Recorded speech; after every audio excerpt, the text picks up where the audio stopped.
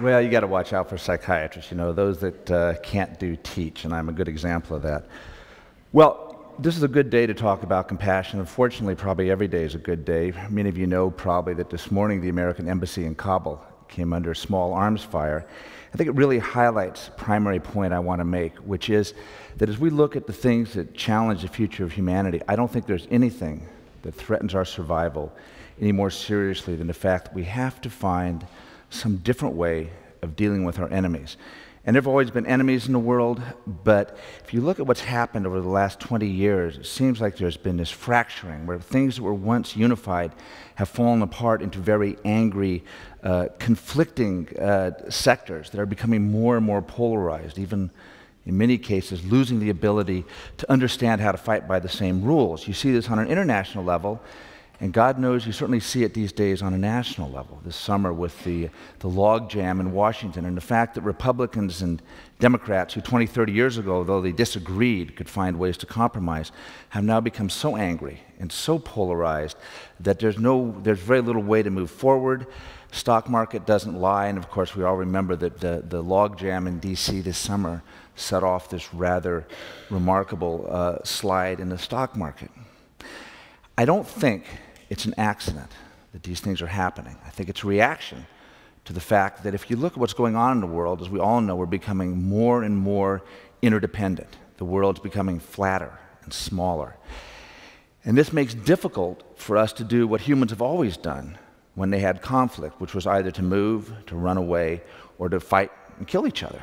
And, of the many sort of striking things that the Dalai Lama has said to me over the years, I was never more struck by any than once a number of years ago in his house. He just sort of under his breath said, the problem with wars nowadays is not that they're morally wrong. The problem is they don't work so well anymore. And this really gets at the essence of why we have to find new ways to deal with our enemies. We all understand, or maybe you don't, I think most of us do, how it is when you get crowded in and become interdependent that it can lead to increased feelings of alienation and anger. You can do a thought experiment. Think about when you were a young person and you were madly in love with somebody and you started dating them and they seemed like the most wonderful thing in the world. And if it went badly, what happened, of course, was that as you became more and more entwined with them, differences erupted, and it led actually to the development of hatred and anger. And I would suggest to you that something like this is going on in the world today, and like a couple that has to find some new way of getting along. We need to do the same thing on a personal level, on a community level, and on an international level. And I think the first thing that we need to do, if we're going to do this, is to ask a very simple question that turns out to be complicated. We have to decide who the real enemy is. Now, if we made a list of people that we think are enemies now, they would certainly seem real enough. But when you look over time at what happens to enemies, there's lots of evidence that there's an unusual transformation that takes place. So this is a good place to think about the Civil War, a city that was devastated by the Civil War, a place where you don't have to go very far from where I'm standing now to find people who are still pretty sore about it, actually, right? My dad moved from California to Charleston, South Carolina in the 1930s and narrowly avoided getting beaten to a pulp on the first day of school for being a Yankee because he was able to convince the kids that he was from Southern California. So this was an acrimonious, painful, hate-filled struggle. And yet a funny thing began to happen to the men who actually shed their blood and risked their lives on both sides of the battle, which is that they found themselves drawn to each other with the passage of time. And they were the original people that reenacted the Civil War. And as with these two old gentlemen, in the beginning of the 20th century, when there were too few of them left to organize into separate regiments and replay their battle, they formed one regiment. These old guys that could barely walk, some of them wearing Confederate uniforms, some of them wearing Union uniforms, marched around together. Now, this phenomenon has actually been used for therapeutic purposes more recently, so that many men who underwent significant psychological trauma because of their experience fighting the Viet Cong have found significant healing by going back to Vietnam and meeting their old enemies. And what's odd when this happens from the people I've talked about to do this is they don't just shake hands and say, hey, sorry I tried to blow you out of existence. They have this intense healing, emotional reaction that really resembles a type of love. And these enemies, in fact, many enemies in many wars find they have more in common with each other than they do with other people. So that in some weird way, with the passage of time, being an enemy transforms into being a compatriot and almost a lover of sorts. Now, this phenomenon has been recognized for a long time, and it forms the basis of what I'm going to talk to you about, which is compassion meditation. And it's a realization that goes back several thousand years and was really, I think, one of the best articulations of it was from a gentleman you see here called Atisha, who actually created the tools, as I'll tell you about, that we've now brought into the modern world. And Atisha's life gives a good example of the paradoxical nature of this compassion meditation. So Atisha was, in the first half of his life, a great scholar, and then he became disillusioned with scholarship and decided that he wasn't making progress towards enlightenment, so he threw himself into becoming a great meditator and became, probably many people would have said, the great meditator of his age. And he lived in India, northern India. Toward the end of his life, he began to get repeated requests from Tibet to come to Tibet and reestablish Buddhism. Buddhism had sort of died out in Tibet. And he didn't want to go, and he didn't want to go, and he didn't want to go. And then finally, when they begged him enough, he just felt like it was a moral duty that he had to go. So he got ready to go, and then he heard something about Tibet that filled him with such despair that he actually thought about killing himself, despite his spiritual attainment. So if I asked you, you're going to move to a new state, a new country, what would bum you out about a country? Well, that the people are jerks, that people lie, they cheat, they steal, that the climate is bad, that it's a horrible place. What Atisha learned about Tibet that devastated him so badly was that everybody there was nice. He'd be well taken care of and treated kindly. That is what devastated him, because he realized that if that was the truth, his entire life's work would be down the drain. And he hit upon a very ingenious solution to this problem, which before he went to Tibet, he scoured Bihar and other parts of northern India looking for the most unpleasant, deceitful, arrogant jerk he could find. And when he finally located that guy, famous for being just a hideous person, he made that person his tea server, the person that would be with him 24 hours a day, 7 days a week for the rest of his life. And he took that person with him to Tibet, and he reestablished Buddhism in Tibet and lived happily ever after because he had an enemy he could practice on. And the Dalai Lama, being a great admirer of Atisha, has often said that enemies are good for us. They're good for us precisely because they're enemies. They teach us how they offer a great road towards overcoming our real enemies. Because what I want to suggest to you, and which in fact there's I think a good deal of scientific data for, is that our real enemies are not the people that we oppose or who oppose us. Our real enemies are the feelings of anger and hatred that those pseudo-enemies, those make-believe enemies, actually create inside of us. And I decided not even to bother showing you the data, the thousands of studies that demonstrate that it's anger and hatred and these negative emotions that rob you of happiness, that set you up to get cancer and heart attacks. Less well known that even really artificial enemies like sports teams can kill people. So there's overwhelming data that in cities that have lost a major sporting event, death rates from heart attacks skyrocket in a day or two afterwards. It's only men. I mean, women aren't dumb enough to go for this.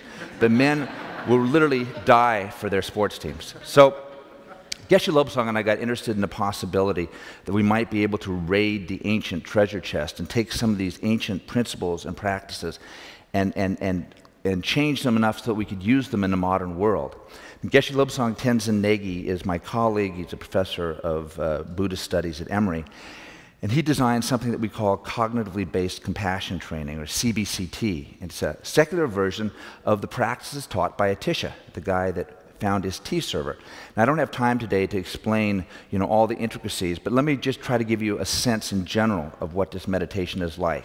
It has two main elements. The first element is equanimity, which means the attempt to develop a sense of the world where we don't cling as tightly to the things that we love, we don't ignore as thoroughly the things we think are not important, and we don't hate and disrespect and disregard so badly people and things that bother us, that we don't like.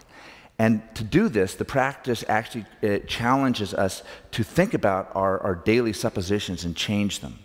For instance, I'll give you an example of the kind of thing a practice like this might do. Again, thinking about recent enemies. Remember when Osama bin Laden was killed, spontaneous parties broke out all over the United States because it had been such a trauma for us. The meditation practice might suggest something like, imagine you could go back in time to when Osama bin Laden was a little baby. And there's a beautiful picture of him as a little baby. If you could do that, would you kill him? Well, maybe you would, because if you did, that might stop all these other people dying. But what sort of party would you have, and what sort of pleasure would you get as you slowly strangled him or killed him? Would you party over the body of that dead baby? It's the same Osama bin Laden. Right? Probably not. So these sorts of things are what this practice uses to challenge you to try to change how you look at people in all categories. Once you've done that, the second part of this practice is to literally, at first, fake it, but over time try to develop a truer and truer sense and feeling of intense empathy and compassion for other people. First for people that you care about naturally, then for people that you don't think about one way or the other, and then finally for people that you're really competing with, that you're really struggling with. And this can be very difficult, but the Buddhists are very serious that they want you to have a very powerful, empathic response for this to work. That's what the practice tries to do. We do it sometimes in 6 weeks, we do it sometimes in 8 weeks. Does it work? Well, you know, one of the problems with asking people whether they're more compassionate after they've had meditation training is, well, yeah, maybe I should ask your wife, right? People have all sorts of ideas about themselves. We've hit upon an ingenious way to get around that. We have a collaborator at Arizona called Matthias Mell, who has built this little recording box that people wear a little microphone on their lapel. The box is off 95% of the time. Randomly, it'll turn on for 30 seconds so that 5% of your life is captured. Now, people being people, they do all sorts of nasty things, but they go, ah, hell, there's a 95% chance it wasn't captured. So people kind of let it all hang loose. We've hooked this box to people before and after this meditation training, and we've found, in fact, that it does, CBCT, compassion meditation, does change how people behave. It makes them spend more time with other people. It makes them have deep conversations instead of shallow conversations, which Matthias had previously shown is a predictor of happiness. It actually makes people say and do nicer things to other people. We can catch that. And really remarkably, it actually changes how people use words. Totally unconsciously, we use words, we're just talking along. Matthias and his mentor, a guy named James Pennebaker, had shown that especially how you use I versus we can really make a difference in a lot of stuff. There's studies showing that if you look at married couple, where one of the members of the team, one of the members of the marriage has a bad condition like heart failure, if you count how often the healthy person says I versus we, and then look at the health of the person with the heart failure 6 months later, the more the spouse says I, the sicker the spouse is 6 months later. The more the spouse says we, the better the spouse is later. We actually have found that people who get compassion training use more we and less I. So there's some very interesting suggestions to show that it works. How does it work? Well, we know that one of the main ways that people have empathy is by being able to understand the emotions of others. A lot of this is done on the face. We have special neurons in our brains called mirror neurons, which actually fire when we see facial expressions in other people, and fire in ways that make us feel those same emotions. Now, people that are not very good at reading the faces of others are much more likely to have autism. Criminals that do cruel things are unable to recognize facial experiences of other people. In a sense, we're all a little bit autistic when it comes to people from other cultures. It's recently been shown that people are much better at recognizing facial expressions in people from their own culture than, in this case, Japanese were much better at recognizing facial expressions from Japanese. White people from white people, not very good when they crossed over. When you look at the facial expression of somebody from your own group, it activates part of the brain that helps you understand they're a human being. That part of the brain doesn't activate so much when you look at people from other groups, which helps explain why the world is the way it is in many ways. So basically, take a look. This is what we did. Okay, was that a man or a woman? Okay. Is the expression playful, comforting, irritated, or bored? What do you think? Okay, so there's some disagreement. Great. We did that to people before and after compassion training versus a health discussion group, and we found the compassion training increased the activity in brain areas that make you better at reading people's faces, those mirror neurons. And it also made people much more accurate at gauging people's facial expressions, which is a bedrock for establishing empathy. Another thing we've looked at so far is the effect of compassion training on how you handle stress. Because it turns out, we know from lots of studies, that when you get stressed out, you're less likely to be caring, you're less likely to be patient. We all know this, right? So we have a handy-dandy way of doing stress tests at Emory. We bring people into this hospital unit, like this fellow here on the left.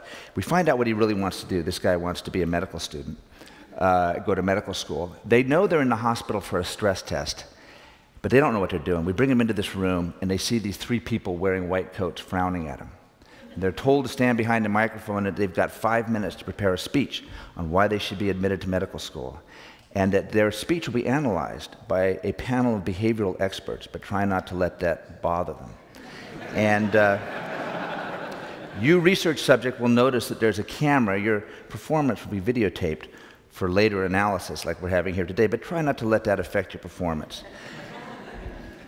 We're drawing blood, we're getting heart rates. The poor person gets up to give their speech. 5 minutes into the speech, the guy in the middle, who's the only one that speaks, says, "Stop, that's enough. Now we have another job for you.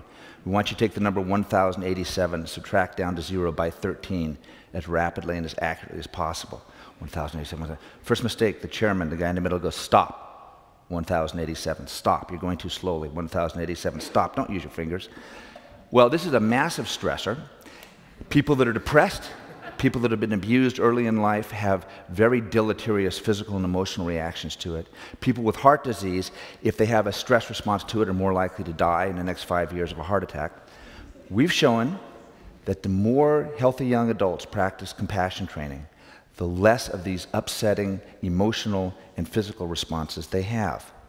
We took this and took it into a very challenging population about a year ago in inner city Atlanta, looking at whether or not foster children, it's a population that has undergone a lot of abuse, a population that has really bad outcomes. 50% of foster children that age out of foster care at age 18 will be homeless in 2 years.